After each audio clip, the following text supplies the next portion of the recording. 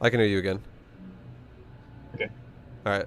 So now all you got to do is in the very top right, click your portrait, your little avatar. It'll open up your profile. On the left side, hit ladders, and then in the exact same spot, hit Grandmaster, and then scroll down.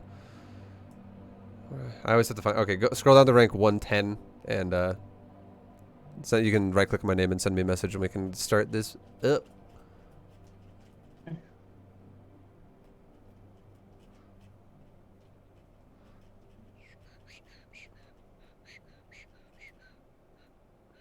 Yo yo yo, mighty mango. Five, can you still hear me? I can hear you. Yeah. Okay, okay, sweet. Okay. So just now, all you gotta do is hit the replay button up top and pick whatever one you wanted to go over, and just do watch with others. But before we start the replay, when we're in the lobby, make me the like right click my name one more time and make me lobby host, and then we'll be good to go. Uh, okay. So I should say watch with others first and then make you lobby host. Yeah, yeah, yeah. Okay. Let's make sure. Here we go.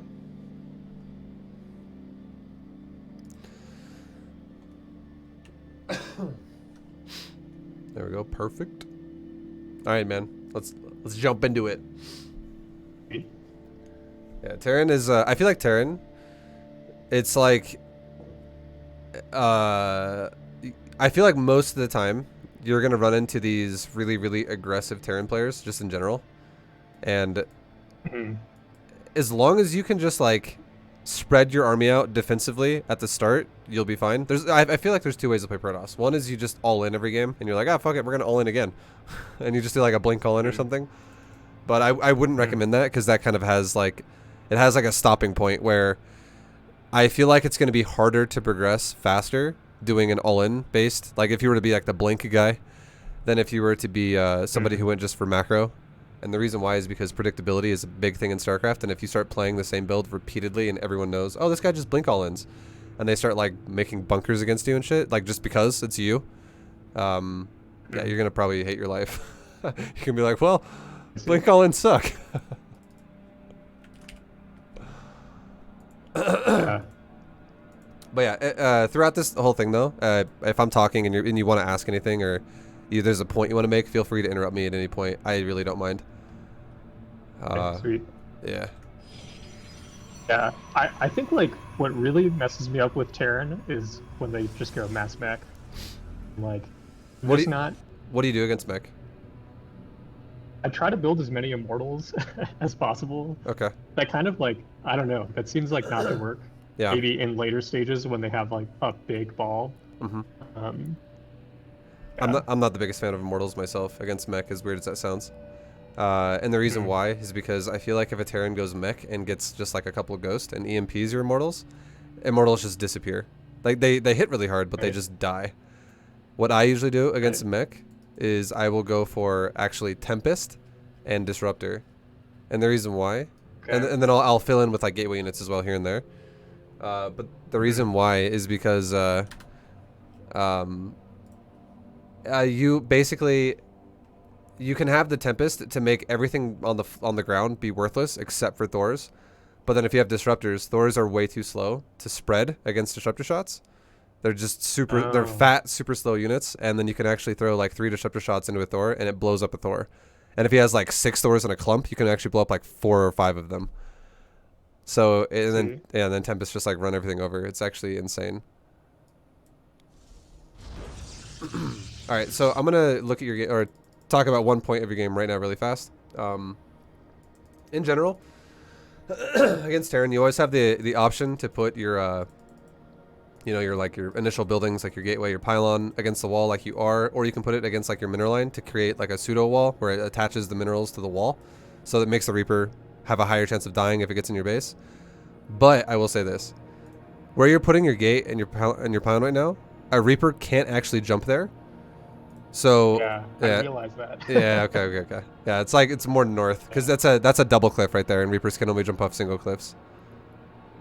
How can How can you tell just by looking at it? So like you just have to know the map where it's like if you look at your main ramp going down to your natural, there's an elevation there, and then you look at your natural going down to your third a little bit to the left with the big ramp. That's another elevation. And you just have to know if there's double elevations, you can't jump up a double elevated cliff with a Reaper. So it just comes from like knowing the map, I guess. But I can't look at that cliff and be like, yeah, that cliff is a little too tall. Like I wouldn't notice it by that. I would actually be like, is it? Like it would be harder to tell.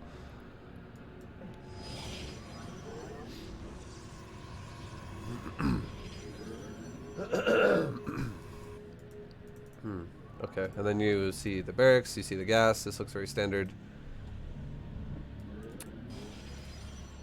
All right, now we're going to talk about your build again in just a second. So, in general, if your plan is to go for a natural, what you want to go for is you want the build to look like this, okay? You want to have your very first probe you builds a pylon. Like as soon as it pops out of the Nexus, and then which is what you did. And then you have a gateway build as soon as the pylon's done, which is what you did. And then you start, as soon as the pylon is done, you have another probe started, you build a first gas, and you chrono boost the Nexus. You do not build anything else, though, besides probes at that point, until you build your Nexus. So, like, your core and your second gas are too early. Okay. So, what you should go... Yeah, go ahead. I guess I'd just build the second gas, maybe, for Protoss, but then I've been doing it for, like, everything else. Yeah, no, you definitely should build it. Gas gets stolen. Against Protoss, you definitely should build it. Yeah, for sure. That's the worst thing is like, oh my god, he fucking built a simulator in my base. Okay, I guess I lose. Yeah, against Protoss, you definitely have to. But against Terran and Zerg, if you're going to go for an expansion, definitely go for... it's basically what it lines up to is a 20 Nexus. So...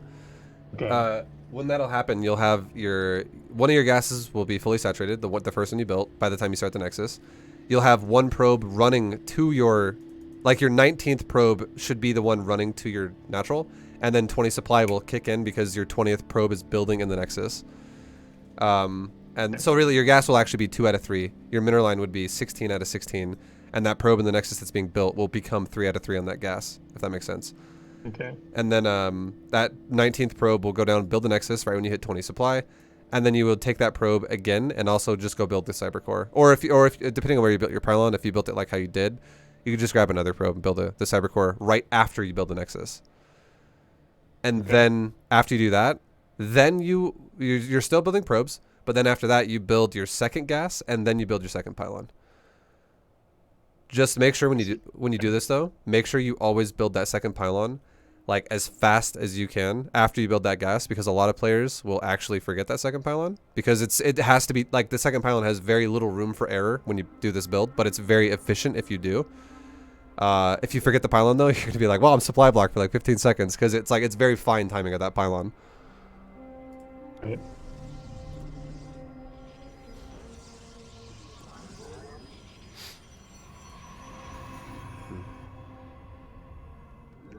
Because yeah, like right now you can see his you are harassing it, which is annoying for him, but his command center is already like 20 seconds in and your Nexus just started. But I mean, you actually delayed the SCV by killing it, so you've delayed his command center a bit, which is nice. All right, and then so here I think I realized that I had like not put that there were like more Reaper openings. Yeah. I mean, you're the fact that you went for a Stalker first and you have it out, and your probe distracted him long enough to where now your Stalker is out before he's even in your base at all, makes your life really easy. Because now you don't have to worry about any, like, if a player makes a Reaper and then runs right to your base, they could totally get into your base before your gateway unit first pops out. So, you know, your life is easy because your probe distracted him at his base. I think your scout was great so far. Like, you've seen, Reaper opener into an expansion. You even killed an SCV, which makes that probe dying all that much more worth it. And you delayed the command center a bit. So that probe scout was great. Your build right at your base, though, could be, like we talked about with, like, the Nexus timing and everything. That could be a little bit better. But now we're talking about your follow-up of your core. As soon as your core is done, you should definitely go for a chrono boosted Stalker or an Adept, either one. I actually prefer Stalker myself, and you went Stalker, that's totally fine. And then always immediately start your Warp Gate tech. The second you also start that whatever unit you're going to make, start the Warp Gate tech too. And then I would say you need to make your tech. The next gas you get, make your tech, and whatever tech you make, pair that with a gateway. Which you could pretty much afford right now, all of it. So what I like to do out of the gateway is I go like this. The first gate, I go Stalker, Sentry, Stalker, Stalker, Stalker, Stalker until I have like 10 Stalkers. And then out of the tech, I will usually go for a Robo. And as I make the Robo, I will also make a second gateway. But your tech is definitely a priority here. You need to get your tech out pretty early. Because, and the reason why, if you're gonna choose, like, for instance, if you choose like a council, getting blink out super fast is very, very nice because you can punish all these kinds of different harassments that can hit you, and it also gives you the ability to pressure Terran if he's not going to drop you, and not also lose your stalkers. If you go for like a Robo, it gives you the ability to be greedy because you can go for very fast Colossus and defensively hold your probes with AoE essentially. Stuff like that. Like the tech is just, it needs to be a priority for sure against Terran in some way, shape, or form, whatever you go for. Or if you go for Stargate, Stargate is, I would say Stargate's a bit advanced. Stargate's probably like Masters in my opinion, because it needs you to be very active to work.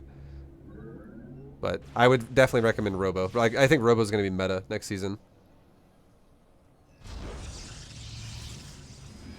If only the wall was blocking the cliff. You could have killed the Reaper.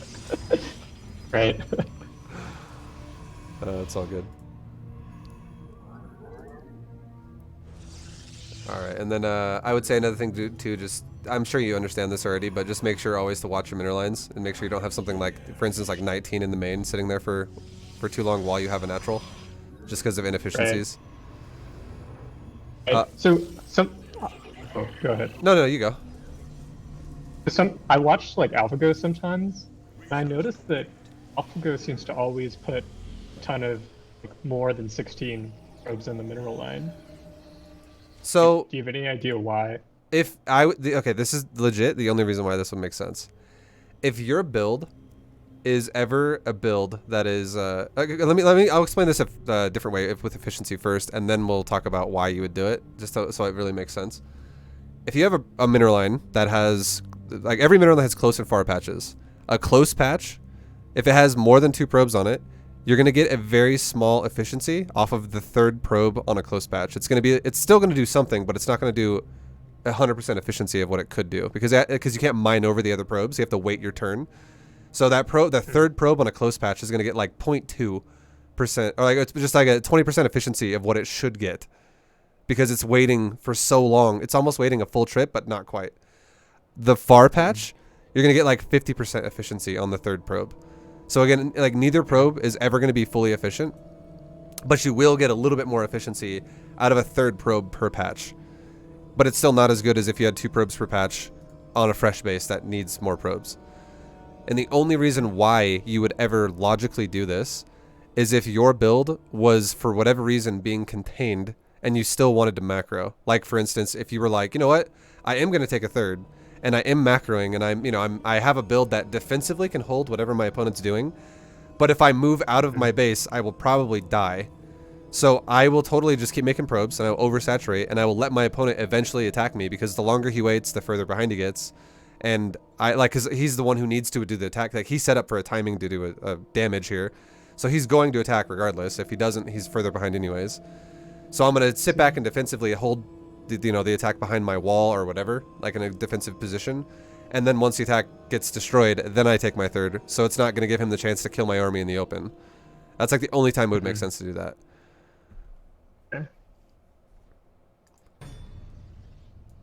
Because if you have the ability to saturate a fresh mineral line, you should always do that. Alright, so you do prefer robo openers. I do like that. I would say though, personal opinion here, I actually prefer observers. Like if you're gonna rush the Robo Bay, because I think there's 2 ways to go for Robo. You're gonna either go for a Robo and then kind of stay on Robo for a while, like for you to just like go for Immortals and Prism or whatever, and then Immortals then are fine. But if you're gonna rush a Robo Bay like you are, which is what I actually prefer as well, I don't think Immortals are actually really necessary, and you'd be better off making more observers up until the Robo Bay is done. And we're talking like you could make like maybe 2, maybe even 3 observers if you can afford it with the gas. It all depends on how fast you take your gas at your natural. Just know that the trade-off is the faster gas you take at your natural, you're going to delay your third a little bit. But the slower gas you take at your natural, the faster you can take a third. Because you'll just prioritize the minerals or you're prioritizing the gas. And the trade-offs are if you have a faster third, you can be greedier. If you have a faster gas, you can be safer. And what you can do with the observers is you could have, if you make like 3 of them before you're ready to make Colossus, you could send 1 observer like right here above your natural. I don't know. Can you see my pings right now? Just so you know what I'm talking about. I can see it. Okay. And then you can send another observer like right there, and you can put them both on like oversight mode, so they have like that wider range of vision. And then your third observer could stay with your stalkers. This way you could see like drops. This way you could, any type of Liberator, Banshee, anything weird that the Terran might try to harass you with. Because this matchup, the matchup generally speaking is almost always the Terran's going to harass the Protoss. It's usually how it goes. And then that would be I would say a great way to do it if you prioritize the gas like you did. And the difference in understanding how to prioritize the gas at your natural would be if you take your double gas around like 10 probes on the natural, you're prioritizing gas. If you take double gas on the natural when you have like 16 to 18, you're prioritizing the minerals. Because you're waiting like a full like minute almost longer to make the gas.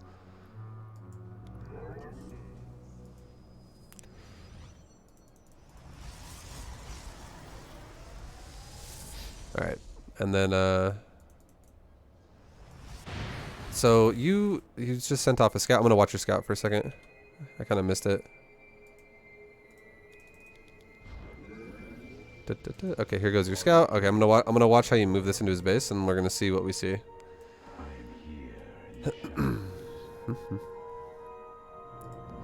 Okay, so you're flying through the main. You spot factory, double gas, tank, turret, the second turret, barracks with tech lab, engineering bay, second factory. So like seeing this, if you're reading this build so far with what you see, what do you think is gonna like? You had a really good scout. Okay, your scouting is like on point. That's definitely not your weak point. But after all this shit that you just saw, what do you feel like? What would you read that this could be? What do you think it's gonna be? Just looking at this. I guess intuitively, it's like definitely a lot of mech. Yeah. And then maybe I'm thinking like Hellbats or something like that. I don't know. Yeah, I mean. Yeah. I would say you're definitely fighting mech because we have like factory emphasis here in his base, and that's a big thing. But then also looking at his add-ons. For now, I wouldn't be thinking Hellbat just because there's no reactors. It's all tech lab, but you don't know exactly what's going to be on that third factory because it just finished, so you don't know if it's going to eventually become a reactor. It could be, but it's definitely mech. And then the fact that he has an armory already means he's definitely also either going to be going into fast Thors, or he's just prioritizing weapon upgrades. That armory, if there was a reactor, would definitely mean Hellbats. But for now, I would say either Thor or weapon upgrades with tanks. That barracks. The Thors don't require the reactors. Okay. No, yeah, Thors are a tech lab. Thors do require an armory though. The tech lab on the barracks, though, doesn't make a whole lot of sense to me. Like, just if I were to be looking at this, I'd be like, oh, okay. Like, I don't understand why he would ever go for an upgrade off of a tech lab on a barracks. I don't know why he would go for Stimpack or anything like that, because he has no other barracks. But that he also might just be making add-ons to make add-ons of the barracks.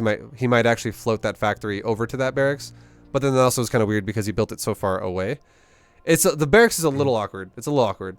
And he's also making multiple turrets. Like, he's making turrets in his mineral lines, which shows you that the reason why he did that is because he opened up tanks. He's playing, basically, what I would read from this is, just simply put, instead of trying to talk about this for the next, like, 10 minutes, this is definitely mech, and it's definitely defensive. Because he's going for a turret emphasis with tanks. And that, the thing about that is, if that pushes, and you have a Stargate, it all dies. He can't do anything about a Stargate right now, if he were to attack you now. So he definitely needs to respect that, and he'll be defensive, because I'm sure this dude is probably, if he's ever fought a Protoss before that's made like a Void Ray, and he's like, I got 6 tanks. He's like, oh god, a Void Ray. Okay, I'm dead. So yeah, like, he's definitely gonna play defensive. So what you could do as a response to this is be greedy. like I would say a great thing to do would be to like Chrono Boost is a big allocation here of going, okay, well now it's just Chrono Boost probes. And let's saturate that third really fast and maybe even take like a fourth base pretty fast. Because whenever you play against Mech, generally speaking, when you play against Mech, you definitely want to be greedy. Because there's two kinds of Mech, okay? One is just standard Mech and one is Battle Mech. And Battle Mech represents Hellion Cyclone. It's hyper aggressive, like just mass Hellion Cyclones all game. And those are the ones you have to be a little more cautious about. But against every other type of Mech, like Thor, Tank, Hellion, you can be so greedy against it because those types of Mech builds are definitely defensive until a certain timing, which is much later in the game. Until like 9 minutes or 8 minutes. Okay.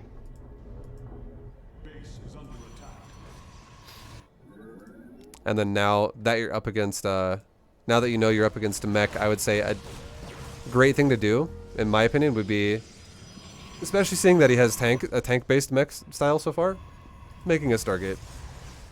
Okay. Yeah, a Stargate would be easy peasy. Yeah, I think one response that I have is to do charge lots against Shanks. Yeah. I don't know if that's... Charge lots would be really good if it wasn't also paired with Hellbats. But if it's paired with Hellbats, charge lots will suck. Right. So, but here's the thing too. I mean, you don't have, you do not have to go Stargate. Like, I think Stargate is amazing against this. But if you just macro, you'll still beat it. Like, if you just focus on expanding, you could literally go Stalker, Immortal, Charge Lot, and maybe some Archons, and you could still win. Just doing something super basic. Because, correct me if I'm wrong, this is Platinum, right? Yeah, okay. So it's not like we're talking like it has to be something super technical. It really doesn't. All it has to be is good macro. So like right now, the one thing that needs to definitely be happening is your Chrono Boost need to be hitting those probes. You're doing a pretty good job overall spending your Chrono Energy throughout the game. But I would say definitely getting that third saturated as soon as you can would be huge. And now, okay, he's actually hitting you. And look, this is exactly what I'm talking about though. Just for fun. Like, he's got 3 tanks that are pretty isolated. He does have a Thor, but yeah, like those tanks could easily be run over by an air unit. But I feel like your army right now, anyways, again, it doesn't have to be super technical. Your army that you have right now could run his army over so fucking hard. Because, and again, this comes from the fact that when you scout him, okay, and you saw Tech Lab, triple factory with Tech Labs, and the third factory you didn't know what it was yet, but it was fresh. It wasn't there for very long, so no add-on yet. You should know just by seeing that if this guy pushes, his army is just tanks. So there is no cover for the tanks. So with what you have, I would say if you are intimidated by this and you end up waiting until your Nexus dies, this is a mistake. But if you just push it, and I guarantee you would kill it. Well, I mean, we'll see what you do.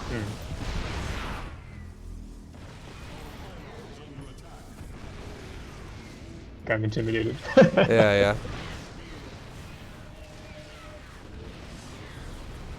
So yeah. And so if I built a Stargate, it would be Void Ray that I would go. I mean, you could. Like, I would actually end up going Tempest, just tons of Tempest. But like, I'm just giving you the example of if he shows up with a ground army and you just have an air unit that can kill ground constantly, like a Void or a Tempest or whatever, you could just kill tanks all day.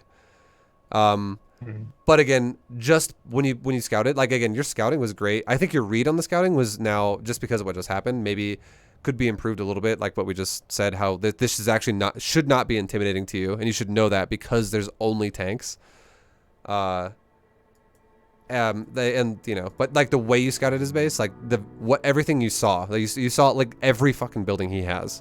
Like, that was a good scout, and it was also well timed.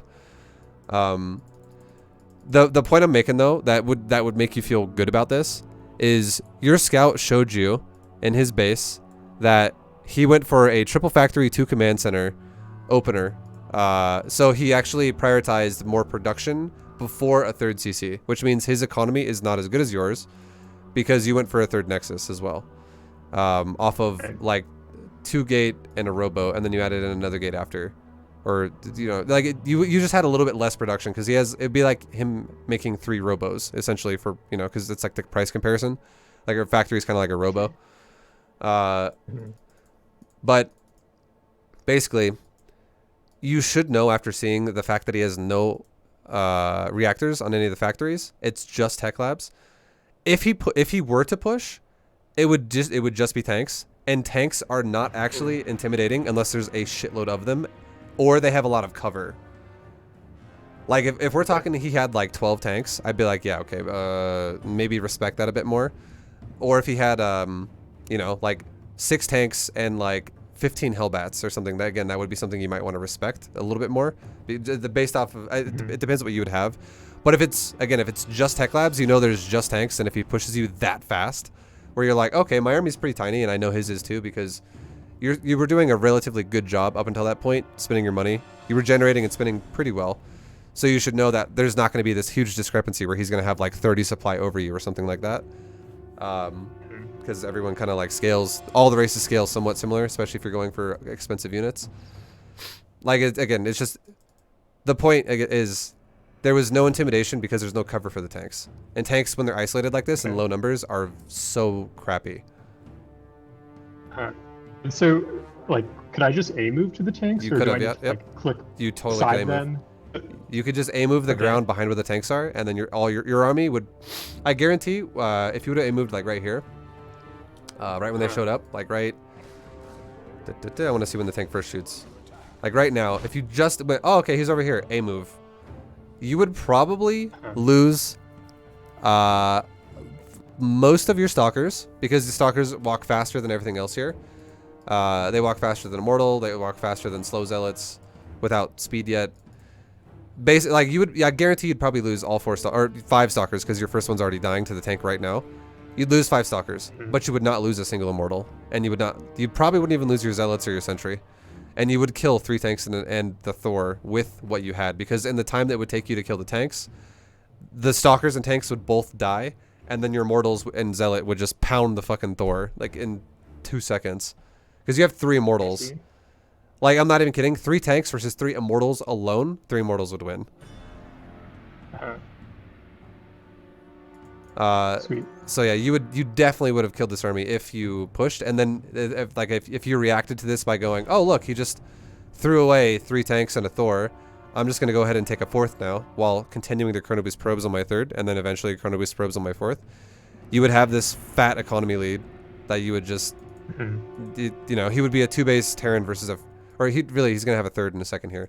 So it would just be a 3-base Terran versus a 4-base Protoss, and then you could just, you would have that like surge of economy where you could just max out super fast and run him over. So yeah, just, I would say too much intimidation there, and it's, I feel like you gave yourself a good read. It's just you gotta understand the capability of a tank. And this guy did the right thing too by backing up and leaving now. That's definitely what he should do if he got away with that.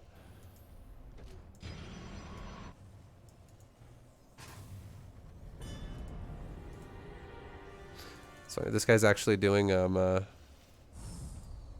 B to GM Terran.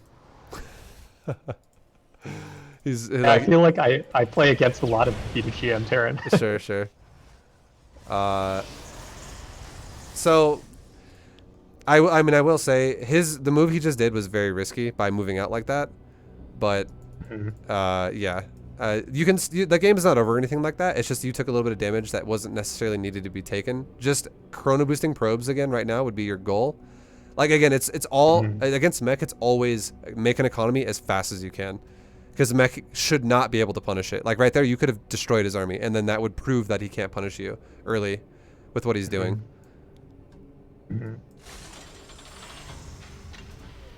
But now, you know, if he gets away with punishing you, and then now his army's a bit more respectable, now things change a little bit, and the bigger the army gets, the more this army actually becomes scary.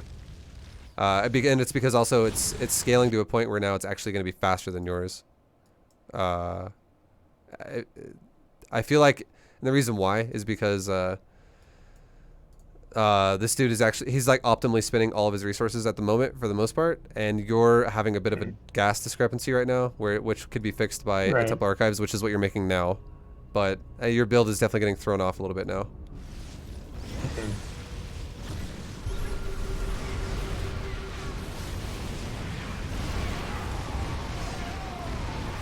Okay, so like right here.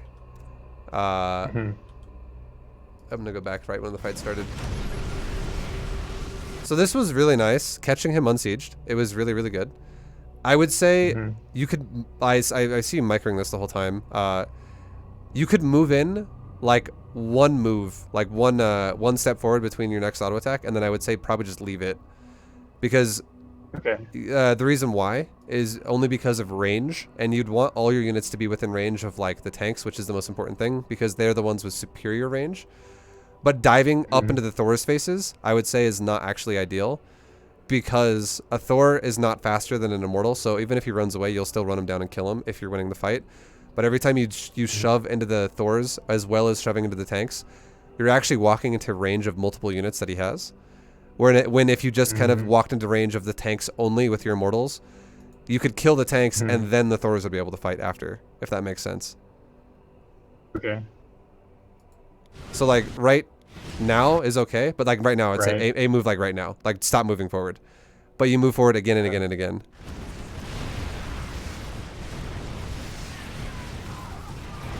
Yeah. Because what happened there is you're killing the tanks, so like you're killing the tanks almost in melee range, and you're allowing the Thors to just pound your ass while you're killing the tanks. Where if you just moved into range of the tanks, you could kill the tanks while the Thors are kind of like walking in like circles, being like, wait, we can't get in range here because the tanks are in the way. And then they finally start fighting you after the tanks are dead. And that would have worked like really well there because his tanks sieged in the way of the Thor. So they can't move anymore.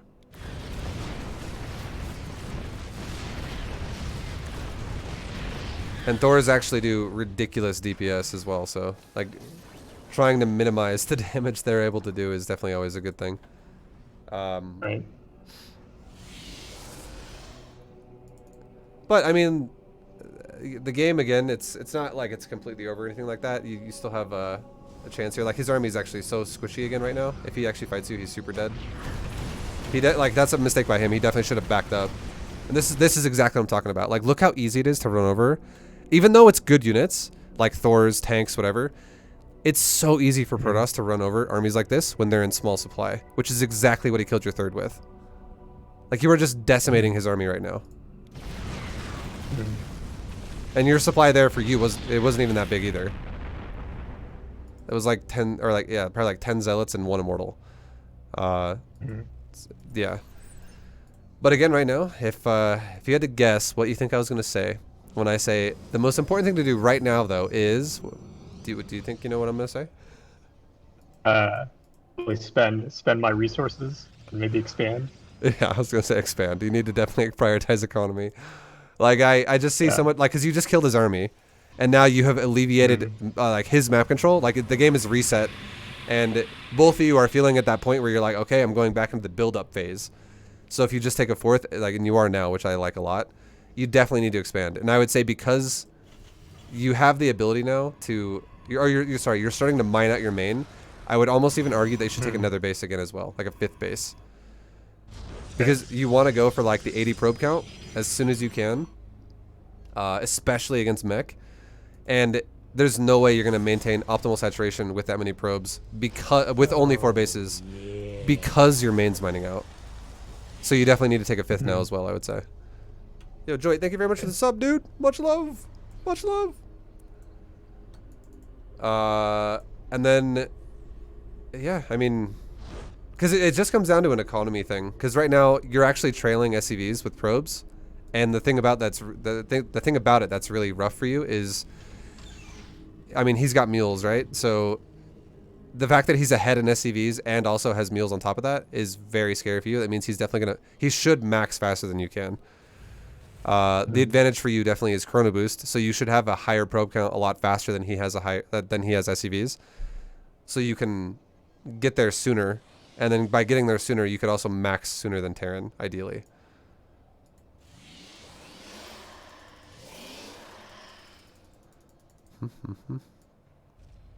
So far, anything we've talked about is, like, again, the big point I'm trying to stress home here is you just, again, once you identify its mech, which you definitely did early, you just have to get kind of crazy on economy. And just, you can make whatever units you want, but just prioritize that economy so that you can actually overwhelm him every fight early on in the game before he maxes. But other than that, is there anything that we've talked about so far that you have a question about or doesn't make sense? I think everything makes sense so far. Okay. I don't know, I'm making Colossus here. I feel like maybe that's not. Like, I don't think that's very good. most, resource efficient. Yeah. Once you know it's Mech, Colossus kind of suck. Colossus are actually okay against Hellion Cyclone. They're still not they're still not better than Disruptors, I would say. I think Disruptors are the best thing you can make against Mech, regardless. If you're gonna use them correctly, but I would say for Platinum, Immortals might actually be the best thing you can make. And then once you get comfortable with Disruptors, Disruptors are definitely the best thing you can make against Mech. But Immortals are totally fine. But yeah, these Colossus, they don't really make a lot of sense against Thor tank. They only make sense against Hellion, anything that's really Hellion heavy, because it's the only thing the Colossus is really going to do well against. Even mass Cyclones, Colossus would, if Colossus were like exposed for even a second, they would die so fast to the missile lock-ons. But they can still kill Cyclones relatively fast as well, like just because Cyclones are squishy. But obviously that's not even at all what you're fighting against. You're fighting against mass tank Hellion, and Colossus are just going to be like tickling everything and just die. But yeah, like this fight for you right here, I would say this fight probably is not going to go that great. I don't know. He's fighting up a hill, but he did scan. I don't know. This fight looks sketchy for both of you. It's a bit awkward. Yeah, well, I mean, we'll see what happens. I think that Thors and tanks will probably win, though. I don't think I win this fight. Yeah. And that's another thing, too. Here, I totally forgot about that. What just happened, but I'll explain what just happened. Thors are able to use their anti-air attack against Colossus, which means their range goes from 7 to 11. So they can actually outrange Colossus outright. And the damage of a fucking Thor against air units is insane when it's massive, and a Colossus is massive. So the Thor actually just beats the shit out of a Colossus so fast. And you won't even be able to use the advantage of what a Colossus is, which is siege, because you're like, not only do Thors also have 11 range, which it automatically targets the Colossus because it's always an air priority for that unit. But the tanks also have more range than Colossus. A tank has 13 in siege mode, and a Colossus only has 9. So yeah, the Colossus definitely will just get shit on pretty hard.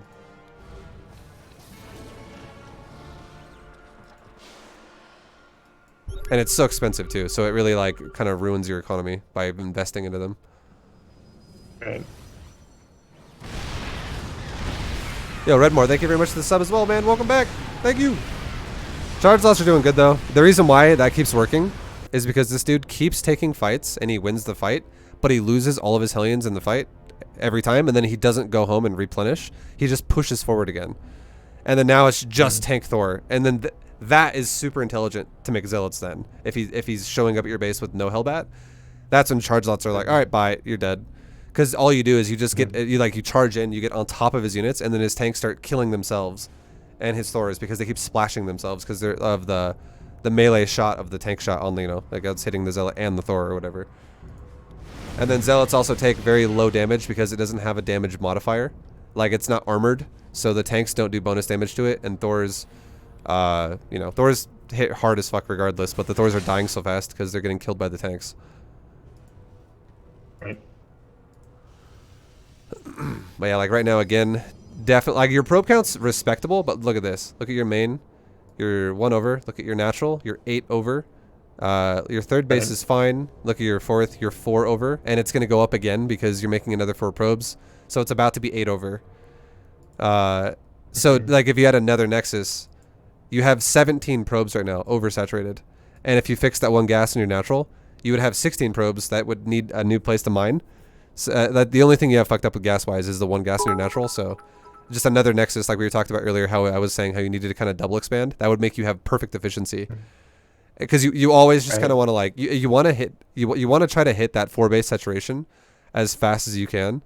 And then you want to always throw down another base as soon as one of your bases starts mining out. We're like, oh, main's starting to mine out. I need another base right now because I need to be able to transfer. Another base is mining out. Need to take another one to transfer. You always want to have, like, transfer potential. So what's, like, the best order for expansion placement? It's up to you. It's whatever you feel comfortable with. It does not have to be specific. Like, You could take it in a box where it's all like super close, and then you take a little bit to the left, a little bit to the right, a little bit left, right, whatever. But you could also take it in a line where you're like, I'm gonna take the entire bottom line of the map. Like whatever you feel like is your preference, that's fine. Just as long as you take expansions, that's the only thing.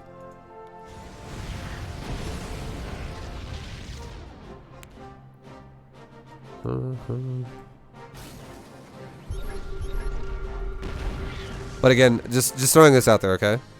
Like this is what I was saying early in the game, and this is what I like. I love Tempest Disruptor against Mech, and we're talking. I'll make like 12 to 16 Tempest, and then I will make probably like 6 Disruptors, and then I will have just gateways that will be able to make DTs if I want to make DTs, Zealots, Stalkers, whatever I need, or even like Archons or Templar.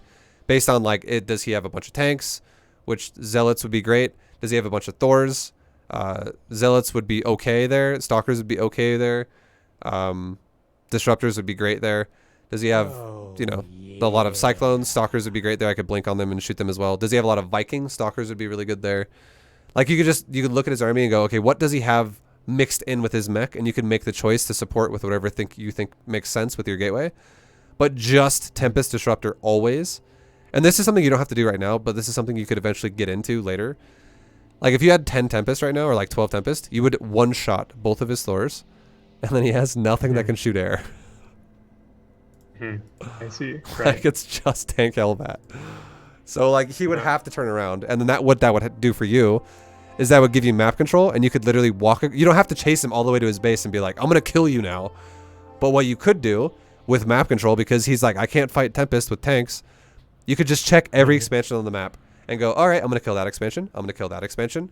And now I'm going to reset you. Like, you could easily kill his top right base and his top middle base and then shove him back all the way into, like, his 3-base saturated area while he starts making Thors again. And then it would be a situation where if you look at his money right now, look at his main. It's basically mining out. Look at his natural. It's getting pretty low. Like, some of those patches are getting, like, 100, 175, 190. Like, these patches are getting low as well. Look at his third base.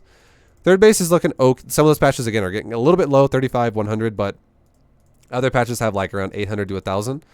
So that third base has still some time left. But the point is this dude's economy would suck so bad if you just were able to shove him back and basically just starve him out. Because Mech is expensive as fuck as well. These units are not cheap, so he needs to have a flowing economy. Just like for you, same thing. If he kills your 4th base right now, you are screwed. Because your main is mining, because you can always base it off your own too, right? You're like, well, if I'm mining out, I know he's mining out, and Terran actually mines out maybe even a little faster because of mules. So starving him out is, if you could just win a fight and then starve him, that's all you got to do to win here. Yo, Tuba Steve, thank you for the sub, dude. Appreciate the prime. Welcome, welcome, welcome. All right, so he's chilling in front of your base with a bunch of tanks and stuff. This fight's gonna be scary for you if he's sieged already, but he's not in Hellbat mode, which is good for you.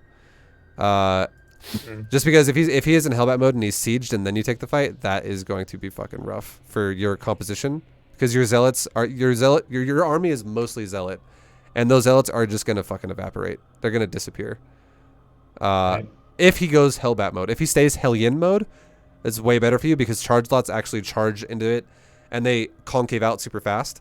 So the Hellions actually get really bad trades because the angle of AoE for a Hellbat is very wide, and it's very like low range, but it's very wide. It's like a cone. So it fucking destroys units like Zealots, and also the Hellbat's tankier and hits harder, which is also really good. But then a Hellion has lower damage, but it's like single file lines, which is better against units that are stacked, not spread. So yeah, I mean, if he stays in Hellion mode, he's definitely making a mistake. Well, I mean, we'll see what happens, but okay, he went Hellbat. So this is bad.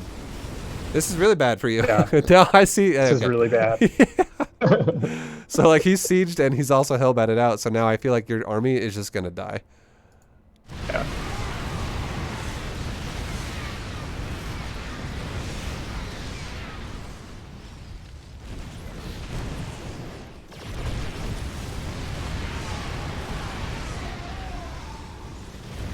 So just know that Stargate is always an option if you want to try it. And again, I think Tempest is the best unit to go for there.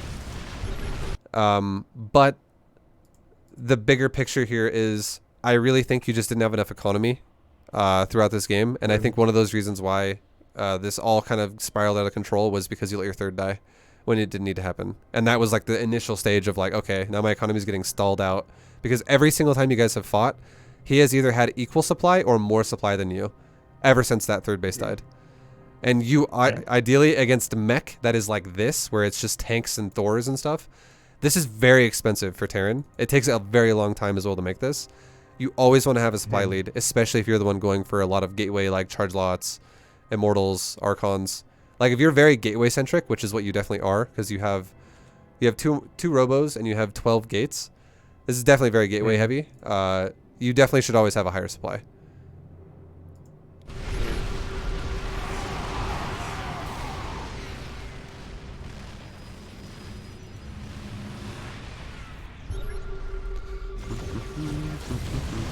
Basically, just to give you the final piece of advice here about like what I'm trying to say with the Thors and stuff about how you can understand if it's scary or not. If it's Hellion Cyclone, if it's Battle Mech, you do have to kind of respect that, and I would say you need maybe like Blink Stalkers to deal with that, because he's just going to keep kiting you and killing so much of your shit otherwise.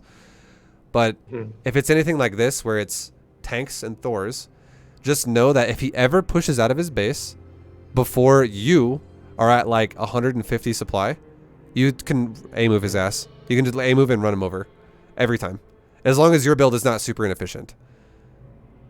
Like you should be able to just run his ass over so hard, because Tank Thor is garbage until it has high supply, which is why in Beta GM when I did Hellbat Thor and tank openers, I never actually attacked early.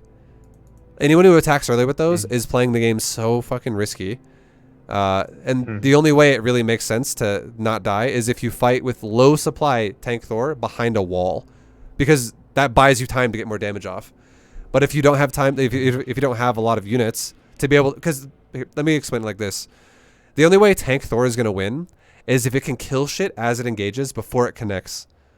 But if you're able to have enough shit to just jump on it right away and then it's trying to kill shit off of it, it'll die every time. Like Tank Thor needs to be able to have enough DPS to just eliminate you before you connect to it. And that's never going to happen. Yeah, it's never going to happen unless you're above 150 supply, ever. Because it does, like the power of a tank, it exponentially grows the more you have. Just because it literally can do that. It can kill shit before it even connects. But up until you have like 12, 15 tanks or something, or until you have like 12 Thors, like shit will just jump on you and it will start smashing the Mech army. Right.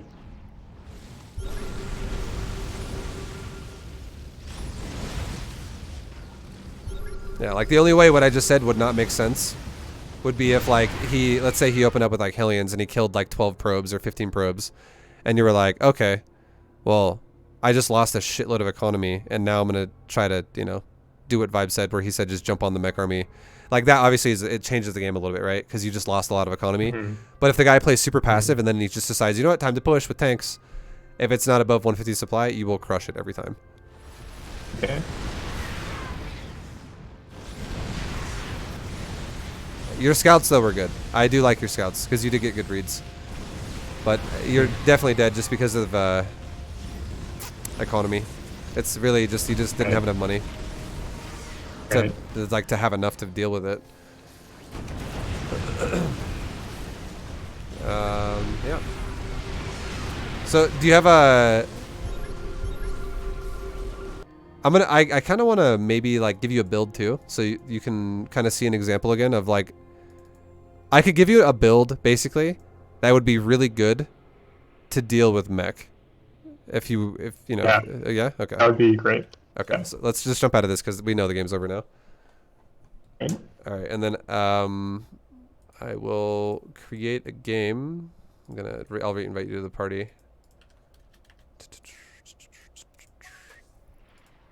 And then yeah, just use this build as like, you know, this could be your new. If you scout him, I'll do everything you did in terms of like you got the read on the scout with your first hallucinated Phoenix. So everything up to that point, I'll do exactly what you did. Like in terms of like, you know, just the way you open with Robo, all that stuff, expansion. But as soon as my first hallucinated phoenix goes into his base, we'll go into this like anti-mech mode. If we know, oh, okay, he's got multiple factories, it's definitely mech. It'll be like how you can react to someone who's doing that.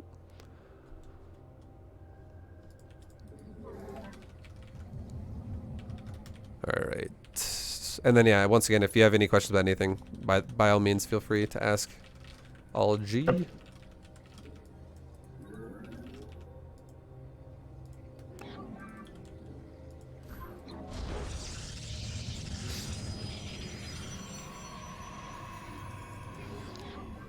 I usually send the probe to scout right after I make the pylon. It's Just early. to like have earlier intel on cheese. I would say that's too early, because the gateway won't even be done before the probe gets to his base.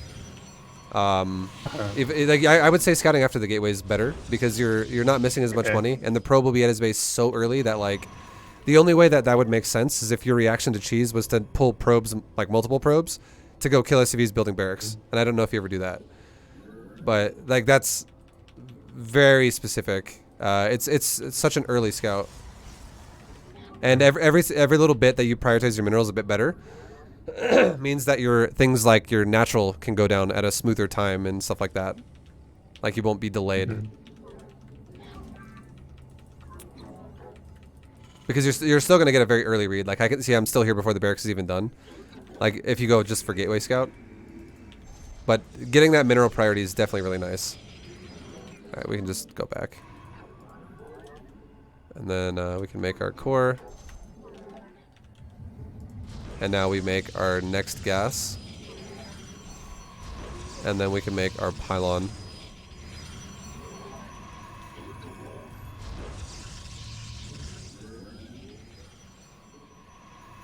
And so now you've kind of saved up some chronos because you didn't want to like supply block. Yep. We're gonna chrono our nexus when the pylon's done, and we're gonna chrono our gateway when the gateway's done, or when the core is done.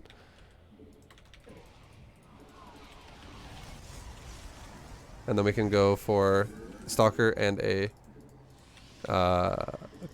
warp gate. And this is something good to do against against Terran. With your third pylon, you can make it like in front of your base, and you can actually build your second gateway and your robo in front of your base, so that it really makes Hellion Harass a lot harder to be effective. Okay.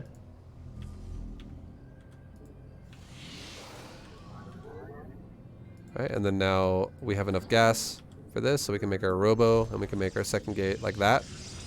So now it creates like this little wall, and if he were to rush like Hellions at you, just doing this, Hellions can only get in your base. Unless you were to drop them.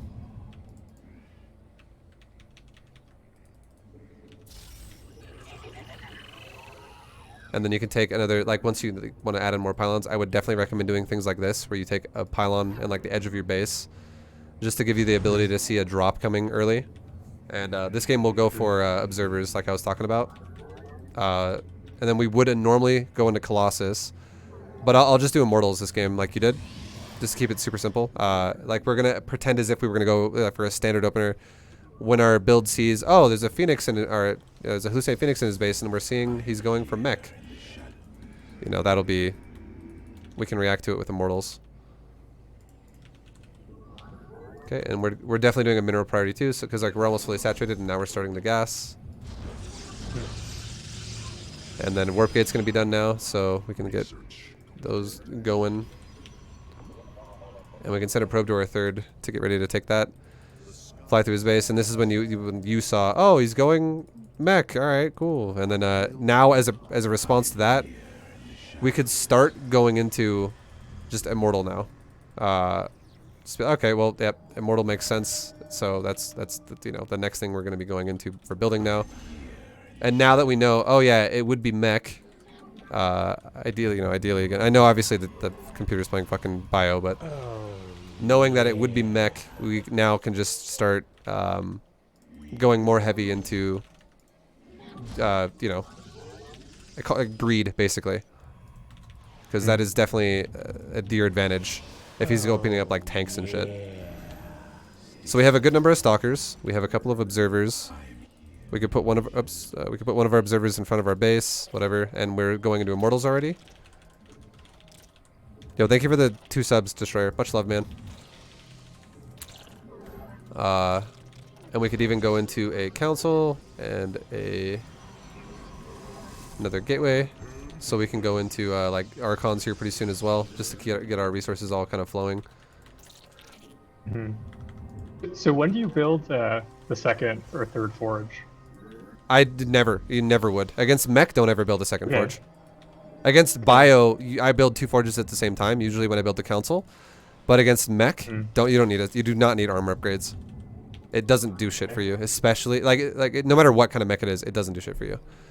The only time you ever would actually see a benefit from armor would be if it was Sky Terran and it was like battle cruisers and you had armor upgrades or something like that. Other than that, you really wouldn't see benefit, because tanks and Thors are going to beat the crap out of you just the same if you have 1 armor or 2 armor upgrades or 3 armor upgrades, because it's not like percentage based. It's flat values. So if a tank hits you for 70 and you have 1 armor, a tank is hitting you for 69. Like, it's gonna fucking ruin you either way. It's better just to invest your gas into units and just have more shit.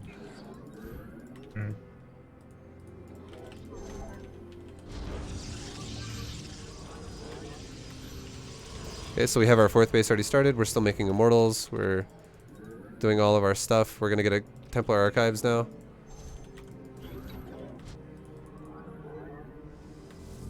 And we can saturate our gases at our 3rd. Chrono boost 1 more time on our bases. We're almost to that ideal probe count. And we're just going crazy on probes, right? And we're just making a little bit of Gateway and Robo. We're not going crazy on Gateway Robo yet, because if this guy were to push really early, we would easily run it over.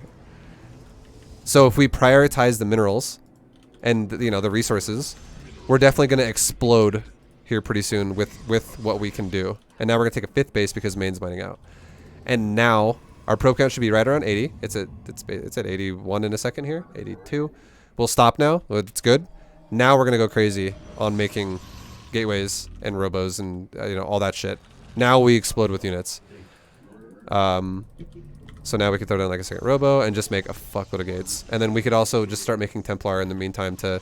It's cheap on the mineral, heavy on the gas, and we have a lot of gas anyway, so a great way to synergize it right now.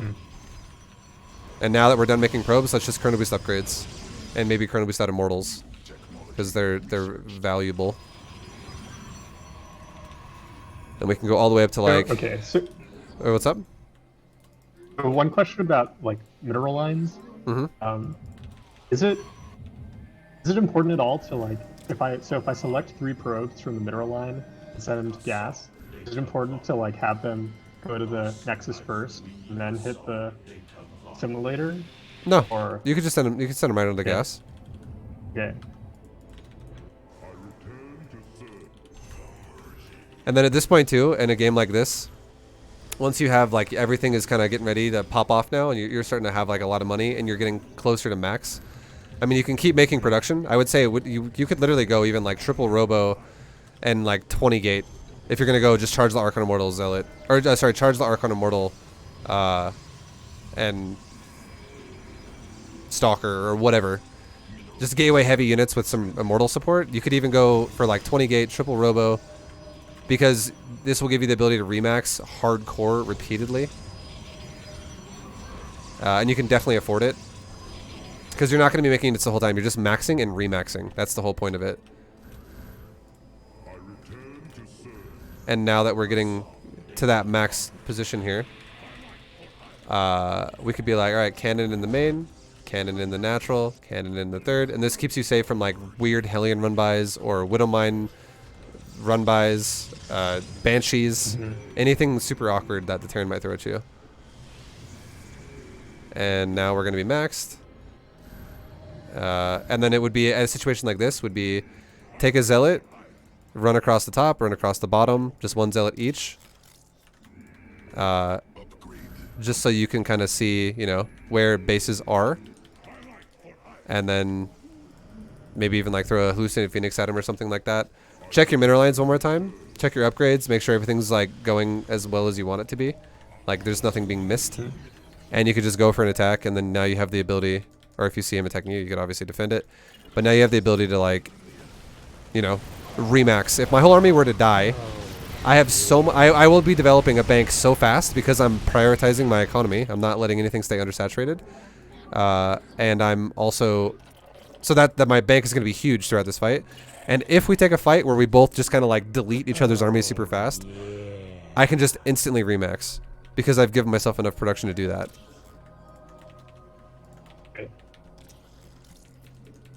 And then, yeah. I mean, this is ideally how you want to play against Mech. And at this stage, if you're not really winning the game, you could literally throw down like five Stargates right now when you're rich as fuck. And then as soon as the Stargates are done, immediately make a fleet beacon, because that allows you to make Tempest. And start chrono boosting your Cyber Core as well for weapon upgrades for air. And then you could just go into Tempest, if you want to try that. Does the same thing apply for shield upgrades as armor? It's like not that efficient. So it depends what you fight against. So the difference of why an upgrade is good or bad, like weapon is always good. No matter, there's never a time when weapon upgrades are bad. But armor upgrades make no sense against units that hit really hard and really slow. Because there are breakpoints in StarCraft 2 where an example would be, I'm going to just give you an example of an Archon, okay? An Archon versus a Zergling. If an Archon hits a Zergling, it will one-shot it. If an Archon's level 3 weapons and a Zergling has level 0 Carapace, Archon one-shots a Zergling. If an Archon has, if a Zergling has level 1 Carapace, Archon still one-shots it. If a Zergling has level 2 Carapace, it still one-shots it. If a Zergling has level 3 Carapace, it still one-shots it. And then, like another one would be like an Immortal versus a Roach. A Roach will always die in 3 hits to an Immortal every single time, no matter what. It doesn't, just because you have armor on your Roaches doesn't mean now it only takes 4 hits or 5 hits. It always takes 3 hits because of the way the math works on that. So if you ever have a unit that just hits really hard, like a Siege Tank or a Thor, and it's a little slower about how it deals damage, Carapace isn't going to change how your units trade against them. Instead, what's really going to happen, it's kind of weird, you're actually going to have a higher chance to lose fights, I would say, if you invest in the Carapace early game. And the reason why that makes sense is because your supply will always scale slower as... If you invest into a bunch of gas into upgrades that are irrelevant, your supply will be lower. It'll get to max slower. Like, you can never say, oh, I'll invest like 500 gas and 500 minerals into armor, and I'm still maxing as fast as I would otherwise. Like, that's never going to happen. Like, you could definitely max a little bit faster if you just don't invest into your upgrades that don't matter, like armor against Mech. And then, yeah, the trade-off would be you have more units in those earlier stages of the game because you're not investing into armor. And then because you have more units, which means you have more DPS, you have a higher chance to win the fight. Is usually how it would go. Because as well, too, like, a lot of people don't think about it like this, but you're not only investing into armor upgrades when you have like a fully saturated 80 probes. Like, you're investing your first level 1 armor upgrade usually when you only have like 40 probes. So it's a lot more expensive on your economy at that stage because you don't have as much. So it definitely hinders how fast you can build supply if you're investing into extra like costs of armor and stuff like that. But when you go armor against stuff like Marines or like Zerglings or Hydralisk, anything that has very low damage but very high rate of fire, armor is amazing there. Because armor has no cooldown. It's not like if you get hit 3 times in a second, then suddenly it has to wait to be able to proc again. Every time you get hit, it always subtracts the number it's worth. So if a Marine has Stimpak on and it's like just shooting you like crazy, armor applies every single time. And it really reduces a huge percentage of the damage a Marine can do. Like for just to throw numbers out there, percentage-wise, if you have like 1 armor upgrade, fucks over like 15 to like 18% of a Marine's damage, which is huge. Just 1 armor upgrade. So if you have 2 or 3 armor upgrades, you're taking off like 50% of the Marine's damage. If we're assuming the Marine didn't have damage upgrades at all, like, because these numbers, the percentages change as well if the Marine gets damage upgrades a little bit, but it's still a very high percent per upgrade. But if you look at how much armor upgrade affects a siege tank in siege mode with like a unit like an Immortal or a Stalker, it has like a 2% change per armor upgrade or like a 1% change. It's like very fucking tiny. It's like 1.5 or something like that. So it doesn't. It's not enough to actually matter because that percentage is not high enough to change the amount of hits your units take to die. Right. Right. All right. Okay. Yeah. Anything else you're curious about, or how you feeling? I think it's like a good lesson for today. Nice, man. A lot of stuff to think about. Yeah. Oh gosh, for sure. Yeah. All right, man. Well, I will. I'm gonna make this a VOD as well, so I always do that, and I will send you a message on Discord probably tomorrow with a link to it, so you can watch it again if you want to. You can rewatch it and not miss anything if you feel like it was a lot of information, like you just said. But yo, much love, man. I hope you're doing well, and thank you again for doing a lesson. Shout out to your brother as well. Yeah, I hope you're good too. I hope we can do this in person. Maybe, I don't know, a year. Yeah, right. Yeah. All right, dude. Well, take it easy. Have a good rest of your day, and I'll catch you later, dude. Yeah, you too. See ya. All right. Chat or stream viewers, YouTube people, thank you guys for watching. If you guys enjoyed it, please don't hesitate to hit that follow button. I do a lot of these, so if you guys want to see more, there's many more like this on the channel. But thank you guys for hanging out. Thank you for watching, and until next time, I will see you later. Goodbye.